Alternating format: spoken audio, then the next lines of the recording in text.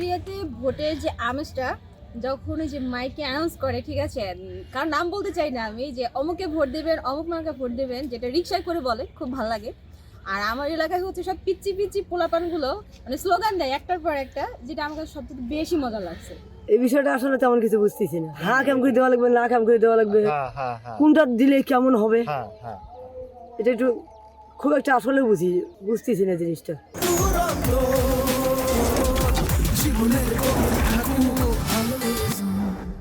আমরা চাই যেসব প্রার্থীরা জনগণের যে চাহিদা অনুযায়ী যেসব ইশতেহার থাকবে, অর্থাৎ জনগণের কল্যাণে যেসব প্রার্থী ইশতেহার ঘোষণা করবে এবং সেটা নিয়ে আগাবে, আমরা সেই ধরনের প্রার্থীর পক্ষেই ভোট দিব।